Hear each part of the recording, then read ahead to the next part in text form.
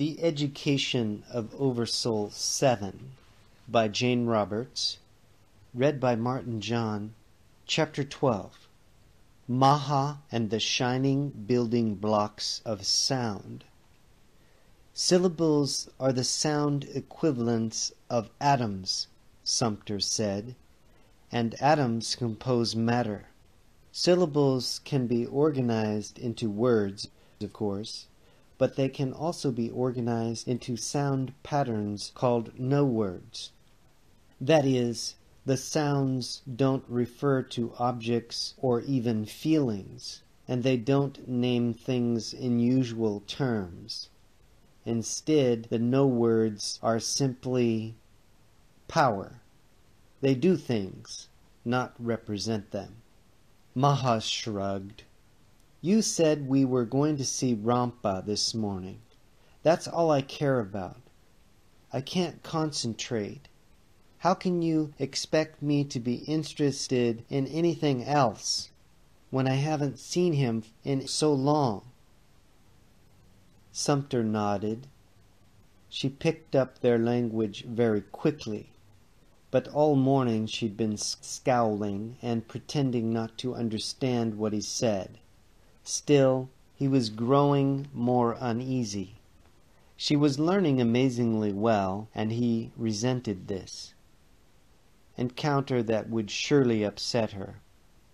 Rampa might already be in the courtyard, he said. We may as well go down now, then.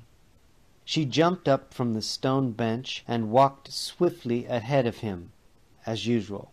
She flung the courtyard gate open and went flying across the mosaic floor, with no thought now of the glittering tile patterns that had once so engaged her attention. Rampa was already there. She stopped suddenly.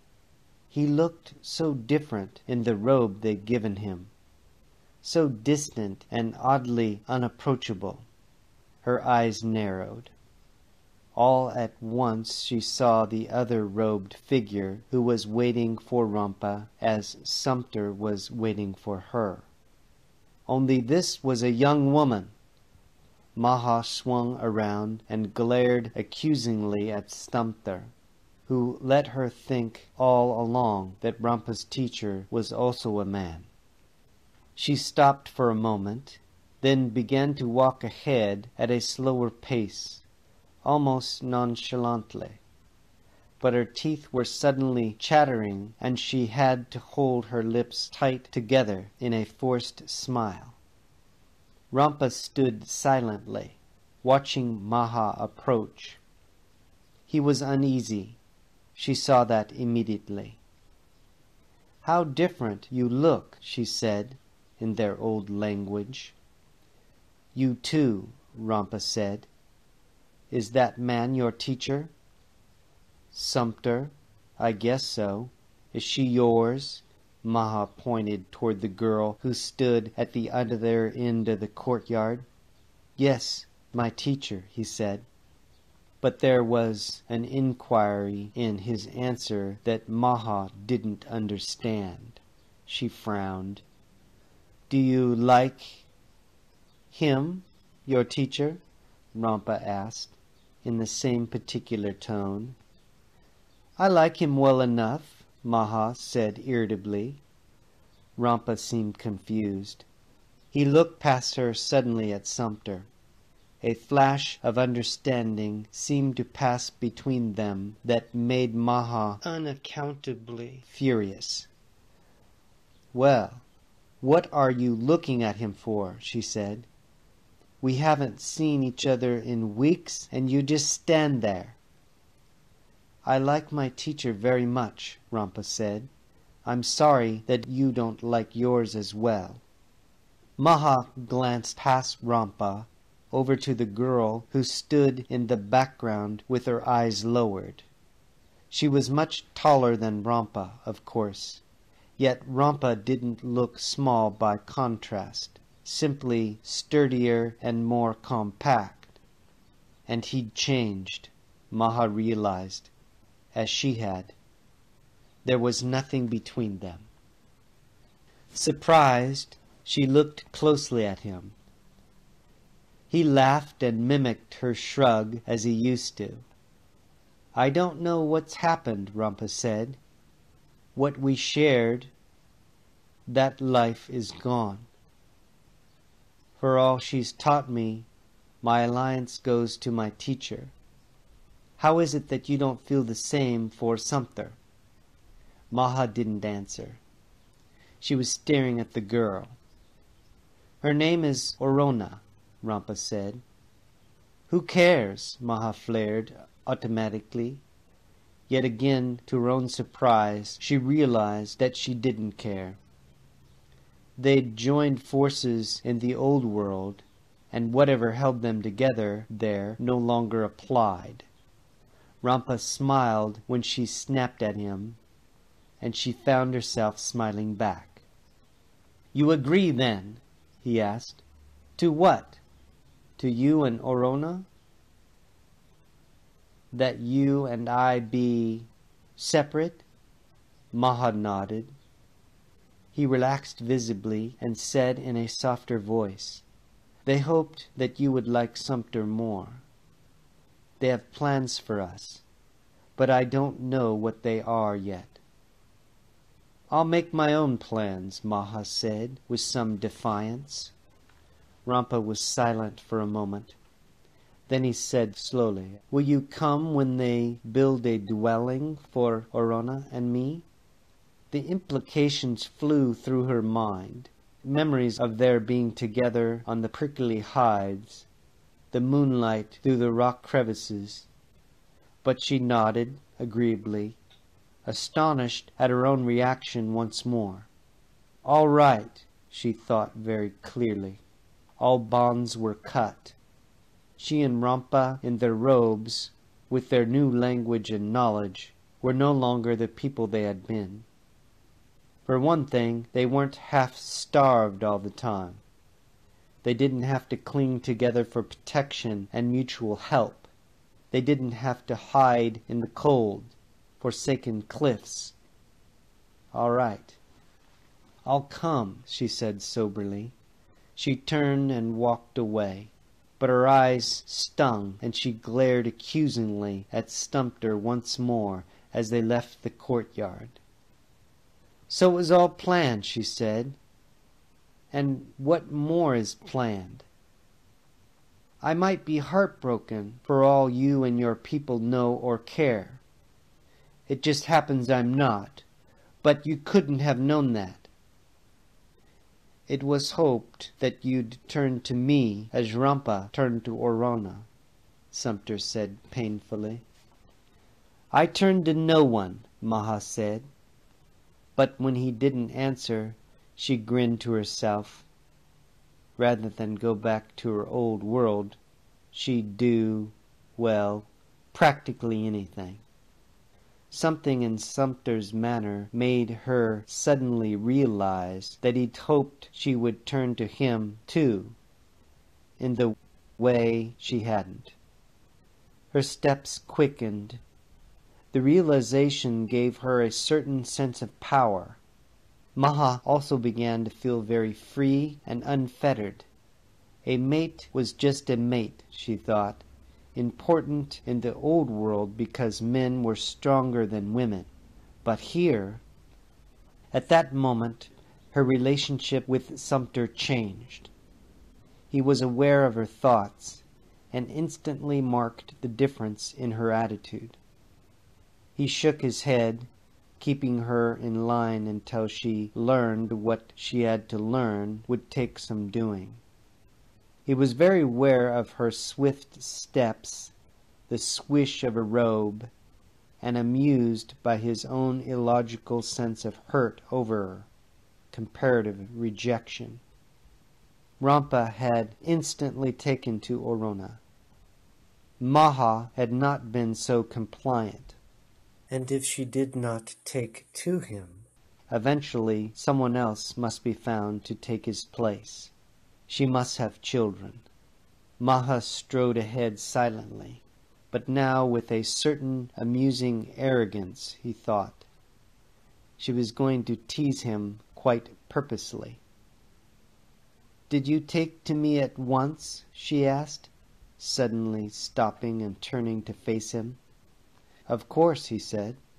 The simple statement disarmed and infuriated her. Sumter didn't even seem embarrassed.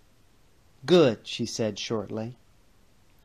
At this he couldn't help but laugh. Later that day he tried to prepare her to attend the time of joining. "Just watch and listen," he said. "I'm not going to explain what will happen now. I want to know how much you'll understand on your own." He told himself that she would do very well, yet when the day of joining came, he was vaguely uneasy. Would her resentment over Rampa and Orona inhibit the proceedings? Maha, however, was aware of no resentment at all. She stood with Sumter amid groups of his people. A bare spot of land was before them. They all stood staring at it and smiling. Splendid giant-sized people with bare heads now, their robes bright and festive. "Watch well," Sumter whispered. "Everything is a lesson," Maha said, adding, "some lesson," as she stared over at Rampa and Orona, who stood together in the center of the clearing. An odd, expectant silence fell. Even knowing as little as she did about Sumter's people, Maha was alerted.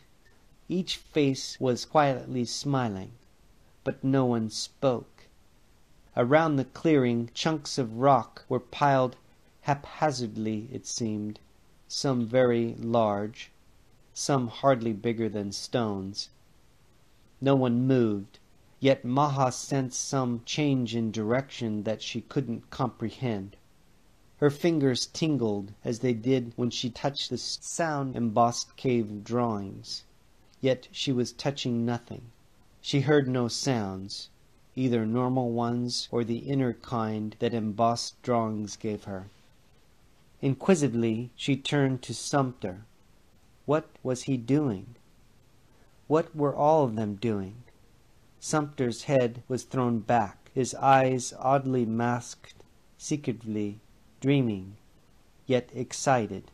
They glittered. His lips were closed, yet very gently. His throat muscles weren't moving, yet she had the impression that they were. Maha sensed the weirdest kind of rising tension. Weird because everyone looked so delightfully relaxed and quiet. How could they stand so still, though, she wondered. Could Rampa? She glanced over at him.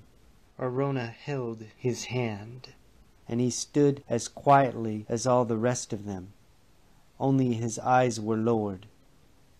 He and Orona both stared at the ground before their feet, steadily and intently, as if they expected something to happen there. But what? Rampa seemed to know what was going on, though Maha realized. Irritated. Why should he know while she didn't? She turned to Sumter and touched his hand.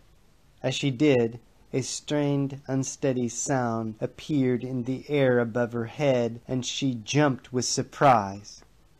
She felt as if some sound shape was up there, invisible and yet shining, and that her irritation had somehow disturbed it, broken it up into known sound. Blushing, she lowered her head. She interrupted whatever they were doing, and they knew it, she was certain.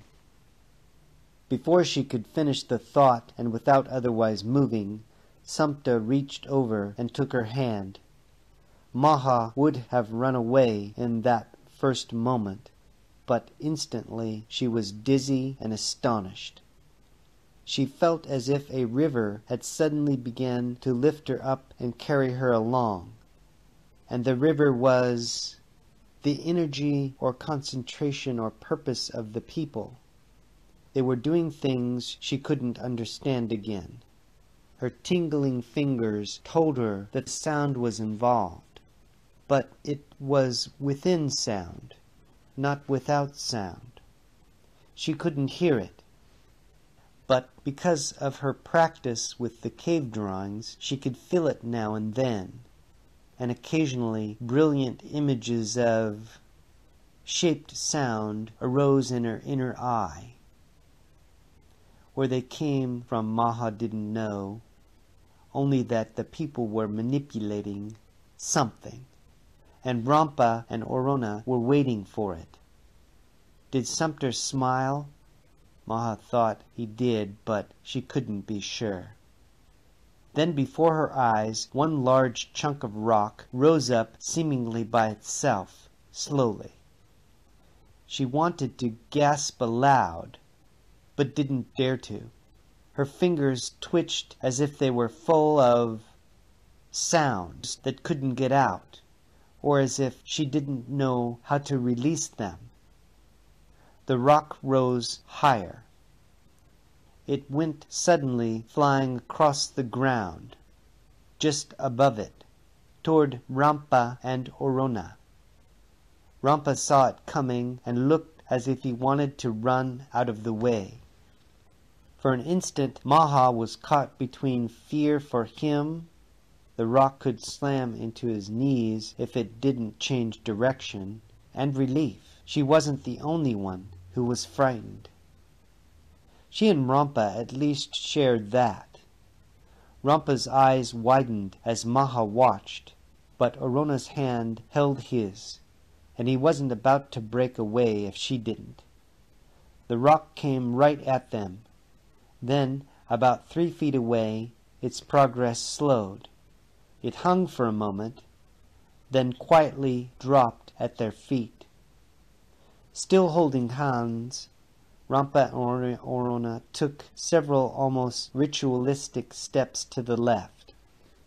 Maha had been too surprised to do anything. Now she looked to see if some kind of incline could possibly account for the rock's movements. Perhaps her eyes had tricked her. The rock didn't really fly, but only seemed to, because of some particular aspect of the ground. Her eyes widened with triumph. There was a very gentle incline leading to the area where Rampa and Orona stood. Maha relaxed for a moment, then frowned. The incline just wasn't enough to account for what had happened. She was used to Sumter's strange land, with its particular characteristics like the fountains. Sumter had explained how water could be made to flow up from the ground. But rocks flying above the ground like unwieldy, clumsy birds? Some deep part of her was outraged and threatened and angry. How could you do anything if the rules kept changing? Again, Maha's thoughts broke off. For the last few moments, the air itself had been developing an unaccustomed feel to it that she'd half ignored. Now some barrier seemed to break. Some hidden but powerful intensity was suddenly released. A dozen rocks lifted at once. Maha's hand flew to her throat. She felt as if a million vowels and syllables rose into the air, all glittering, all alive, like animals of sound, moving beneath the rocks then and moving them, flying with them, supporting them. Instinctively she looked over at Rampa. He steered as unbelievably as she. But again he followed Orona's example and never budged. Well, neither would she, then. The rocks lined up, inches from the ground, then gently moved to the bare spot and fell softly. Now the air seemed saturated with sound, but Maha heard nothing. How could that be? silent sound. Her fingers tingled once more. Then she noticed that her right hand, in Sumter's, felt different from her other hand, lighter, strangely empty yet moving. This frightened her most of all. Her hand was involved. She was just about to pull away when two things happened almost at once. First, whole stacks of rocks moved, this time even quicker than before. Without a wobble, they whooshed into the air. But even more amazing to Maha was the placement of the rocks. They fell to the ground in such a way that a pattern was obvious.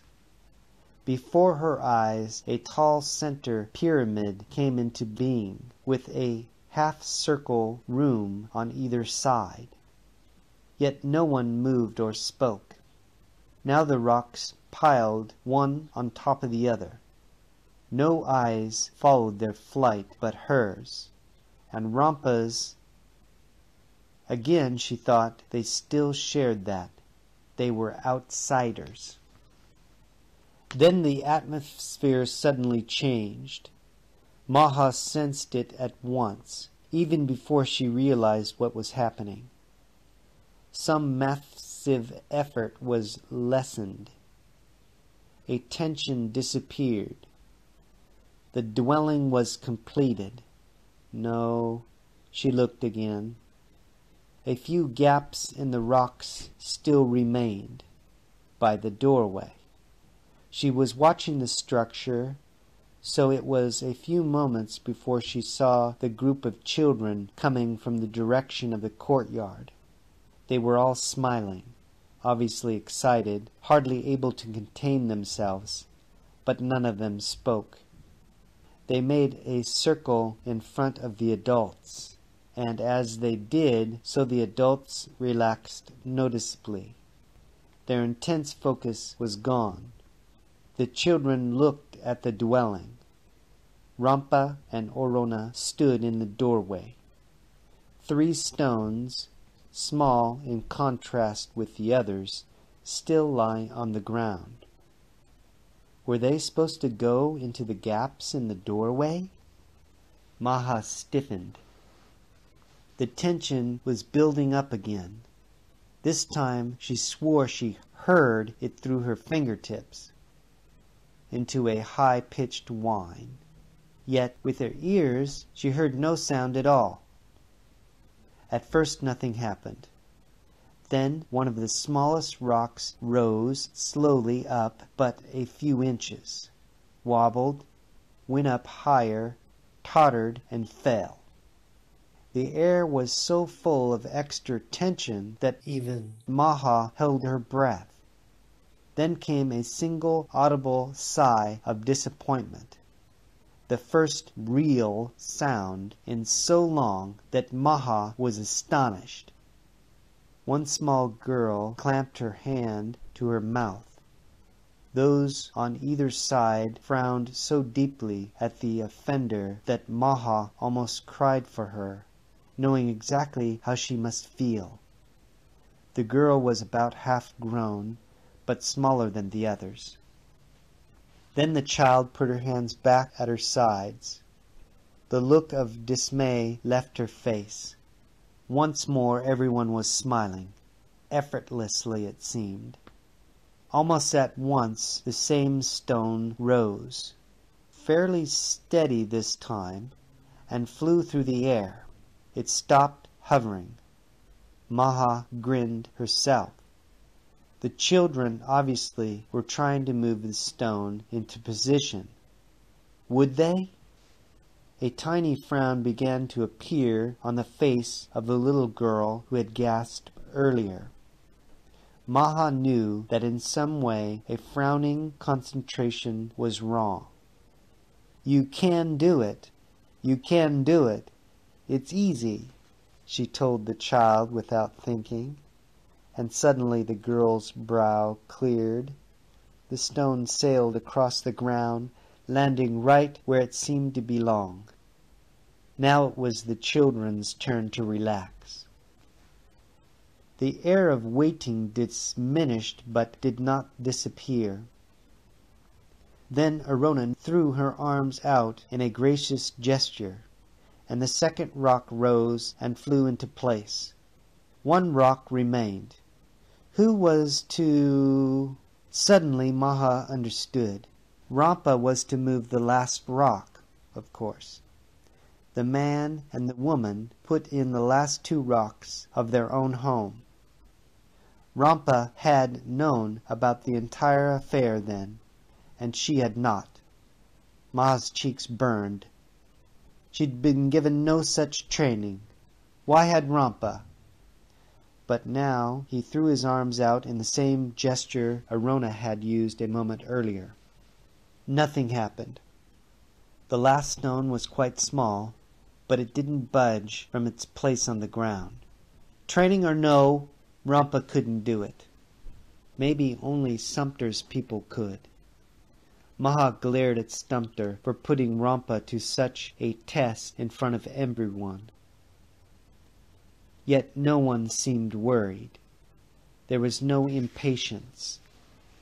Rampa just stood there quietly, for that matter, his face quiet and expectant. The idiot, Maha thought. Then, with a flash of self-indulgent triumph, it served him right. The suspense was more than she could bear. Suppose he failed, in front of his new mate and the entire group. Memories flew into her mind of times when he'd helped her, when except for him they might have starved, when except for his strength she might have been given to fear or panic. She wanted to help him, but how? Suddenly the tingling in her fingers was so strong that she flinched. In her mind's eye she saw the rock rise into the air, then fit into place. It had to. And the actual rock suddenly shot into the air with great jerks and wobbles, flew as if pushed by a great angry force, and slammed in a place so vehemently that Maha thought it would crash into pieces. She almost laughed out loud. Rampa may have been clumsy, but he was effective. She looked over at him, disconcerted. He looked astonished and surprised. There was silence. Inside silence, outside silence. Then all eyes turned to Maha. What for? Confused, she swung around to Sumter, who began to laugh. His laughter was picked up by the others. Maha stood haughtily angry. What were they laughing at?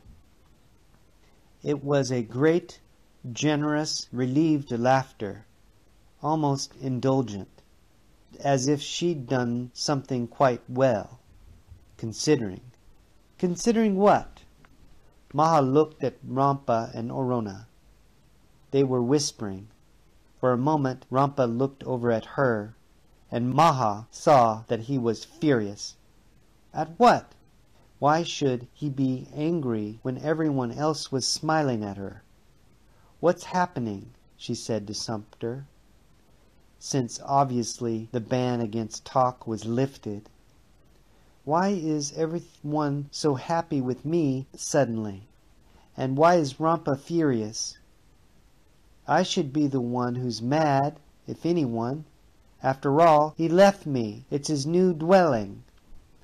Sumter looked down at her, so obviously pleased with her that Maha grew even more confused.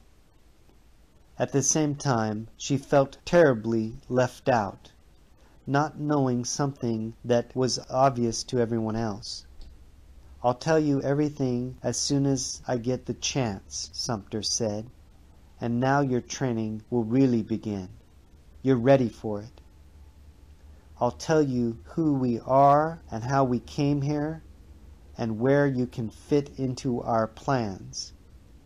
Again, his pleasure with her was so obvious that Maha couldn't help but be gratified.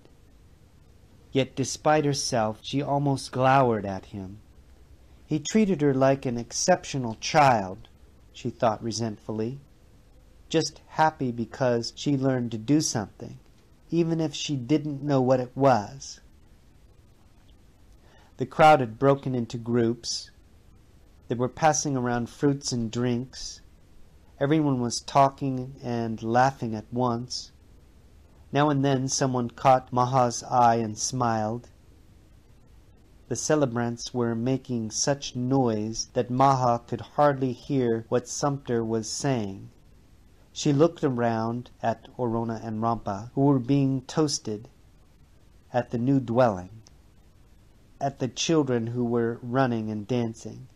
A great sense of a detachment overcame her. She savored it, while resenting it at the same time. Sumter waited, watching her, the smile gone from his face. Slowly they began to stroll together toward the courtyard. In Chapter 12, Peace, Light, and Love. Aloha.